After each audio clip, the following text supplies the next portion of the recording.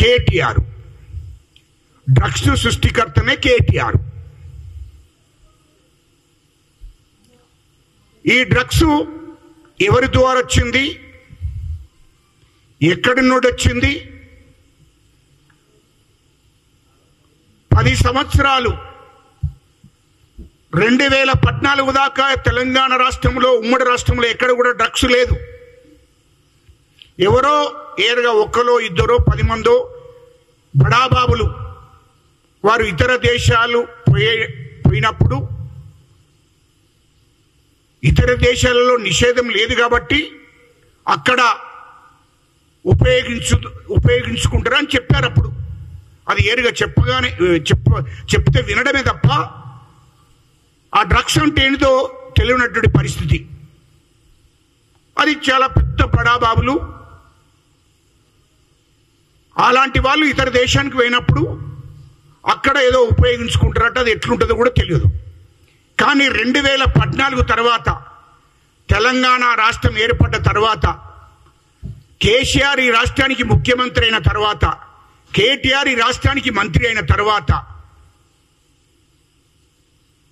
ఈ రాష్ట్రంలో డ్రగ్స్, గంజాయి అనేది రాష్ట్ర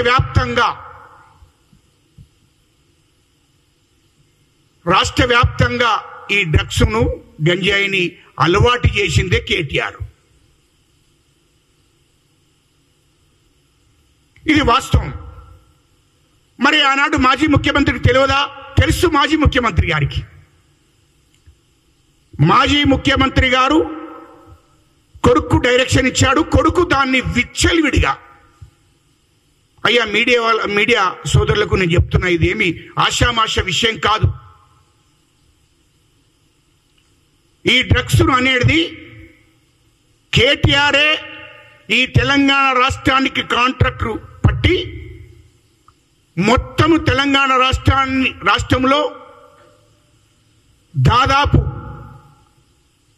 1000 మందిని పెట్టుకొని మొత్తం అన్ని జిల్లాల్లో, అన్ని మండలాలకు పంపించడం జరిగింది.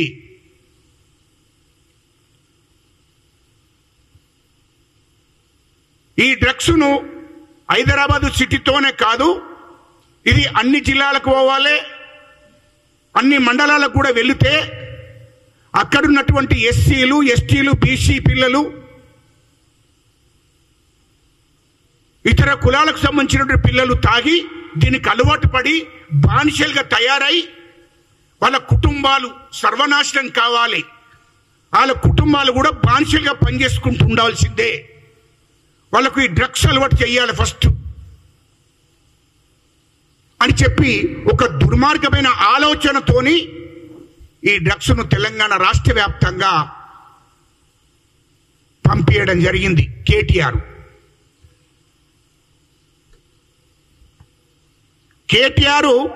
కేటీఆర్కు డ్రగ్స్ అలవాటే.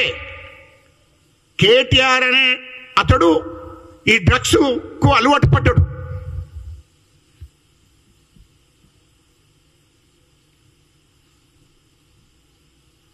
ఈ డ్రగ్స్కి అలవాటు పడి సినిమా ఇండస్ట్రీ వాళ్ళకు కూడా అలవాటు చేసింది కేటీఆరే.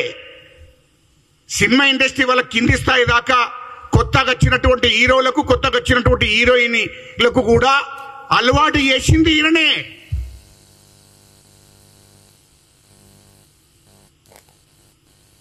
ఈ ఫోన్ టాపింగ్ ద్వారా కొంతమంది బిజినెస్ వాళ్లకు, కొంతమంది ఇండస్ట్రీ వాళ్ళను మీ కథ మొత్తం బయట పెడతా అని ఈ విధంగా కూడా వాళ్ళను బ్లాక్మెయిల్ చేసి ఈ డ్రగ్స్ను అలవాటు చేశాడు వాళ్ళకు.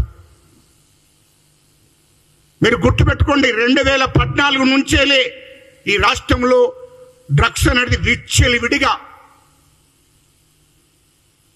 ఒకవేళ నేను మాట్లాడేది తప్పనుకుంటే 2014 దాకా ఈ రాష్ట్రంలో డ్రగ్స్ ఉంటే చెప్పోనండి.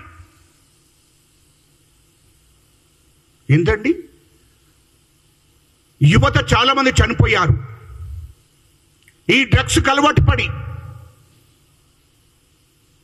బండ్ల మీద పోయి కార్లు నడుపుకుంటూ ఎంతో మంది యాక్సిడెంట్లు చచ్చిపోయారు. ఈ దేశంలో ఎక్కువ డ్రగ్స్ ఎక్కడ దొరుకుతుందంటే తెలంగాణ రాష్ట్రంలో దొరుకుతుంది అనే పరిస్థితి తీసుకొచ్చాడు. ఆ డ్రగ్స్ గంజాయిని. వాస్తవం కాదా ఇది? అంటే ఏంది? తెలంగాణ రాష్ట్రాన్ని ఏ విధంగా తయారు చేశారు? యువతను, కాలేజీ పిల్లలు, ఇంటర్మీడియట్ పిల్లలు, డిగ్రీ పిల్లలు, ఇంతమందికి డ్రగ్స్ అలవాటు చేశాడు. ప్రతి జిల్లాలో, ప్రతి కాలేజీలో. హైదరాబాద్ వస్తే డ్రగ్స్ దొరకడం కాదు, తెలంగాణ జిల్లాలో ఎక్కడ పోయినా ఆదిలాబాద్ జిల్లాకు అని కాలేజీలకు పోతే ఇంటర్మీడియట్ డిగ్రీ పిల్లలకు, మండలాలకు వెళితే ఒక విచిత్రం ఏంటంటే, నేను అప్పుడు ఒక 3-4 మండలాలకు ఏమైంది అని అంటే వీళ్ళకు డ్రగ్స్ అలవాటు. నేను షాక్. ఆ డ్రగ్స్ ఎట్లుంటుందో నాకు కూడా తెలియదు. అసలు ఆ డ్రగ్స్ గంజా అంటారు అనంగా వినడమే, కానీ అది ఎట్లుంటుందో కూడా తెలియదు. కానీ ప్రతి మండల్లో,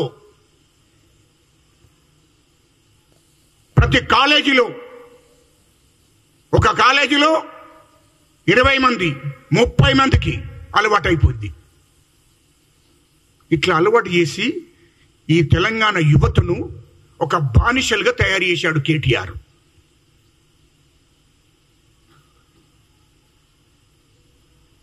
ఇది వాస్తవాలు. వీళ్ళందరికీ, ఎందుకంటే కాలేజ్ స్టూడెంట్స్ అందరికి కూడా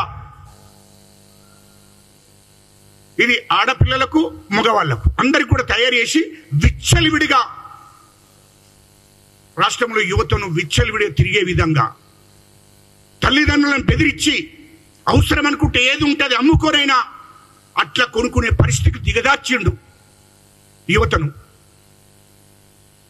ఇంత దుర్మార్గం పరిపాలన ఎక్కడన్నా ఉందా దేశంలో? ఎంత బాధిస్తుందండి. ఏమనంటే గజ్జలకాంతం ఇష్టం వచ్చినట్టు మాట్లాడినాడు, గజ్జలకాంతం ఇష్టం వచ్చినట్టు మాట్లాడినాడు. మన మీడియా సోదరులు కూడా అక్కడక్కడ చెప్తూ అక్కడక్కడ ఇస్తున్నారు. చాలా మీకు ఇబ్బంది అనిపిస్తుంది మీడియా సోదరులారా, మిమ్మల్ని తప్పొట్టడం లే. ప్రతి ఒక్కరికి ఈ డ్రగ్స్ అలవాటు చేసి, సినిమా ఇండస్ట్రీ వాళ్ళకు డ్రగ్స్ అలవాటు చేసి వాళ్ళని కేసులో ఏ విధంగా తయారైంది. ఇటు డ్రగ్స్ అలవాటు చేశాడు, గంజాయి అలవాటు చేశాడు, అటు తాగడం అలవాటు చేశాడు. మళ్ళీ వాళ్ళకి ఏంటి? రాత్రి డ్రంక్ అండ్ డ్రైవ్. అంటే మీరు డ్రగ్స్కి అలవాటు పడండి. 10,000 కోట్లు అండి, 10 ఏళ్లలో 10,000 కోట్లు డ్రగ్స్ను సప్లై చేశాడు తెలంగాణ రాష్ట్రంలో. 10,000 కోట్లు.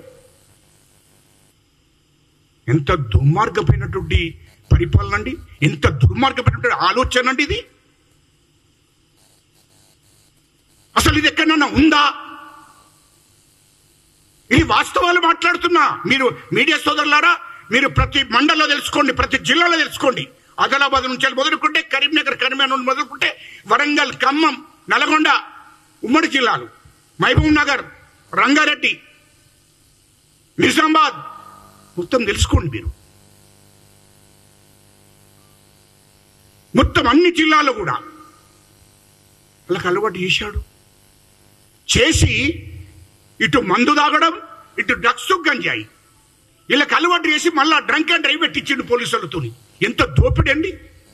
ఇటు మందు మీద డబ్బులే, డ్రగ్స్ మీద డబ్బులే, గంజాయి మీద డబ్బులే, ఇటు మళ్ళా డ్రంక్ అండ్ డ్రైవ్ పెట్టి వాళ్ళను యువతను బండ్లాపి మొత్తం డబ్బులు వాళ్ళ దగ్గర వసూలు చేసి ఫైన్ 1000, 2000, 3000, 10,000. ఎంత దోపిడీ జరిగిందండి. ఇంత డబ్బు నేను దోసుకున్నాడని ఆవేశం ఆగలేక చెప్తుంటే గజ్జలకాంతం గంత చెడ్డగా తిడతాడా? గంత దుర్మార్గంగా తిడతాడా?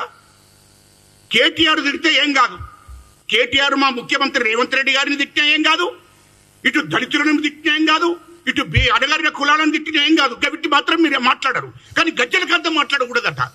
అంటే మా జాతులంటే గింత చిన్న సూప?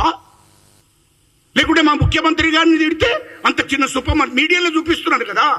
ఆ తిట్టేదాన్ని ఆపి మరి దాన్ని కట్ చేసి కూడా చూపిస్తున్నారు కదా, మీరు డైరెక్ట్ చూపిస్తున్నారు కదా. నేను తిట్టేది కూడా గదేది కదా.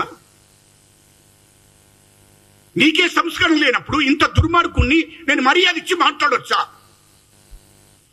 తెలంగాణ రాష్ట్రంలో యువతను తాగుబోతులుగా తయారు చేసి, డ్రగ్స్కి అలవాటు చేసి, గంజాయికి అలవాటు చేసి రోడ్ల మీద పడేటట్టు, వాళ్ళ బతుకులను రోడ్ల మీద పడేటట్టు చేసి ఇంత దుర్మార్గమైన పరిపాలన నడిపించినోడిని నేను ఏం మర్యాద ఇవ్వమంటారండి? నాకు అర్థం కాలే.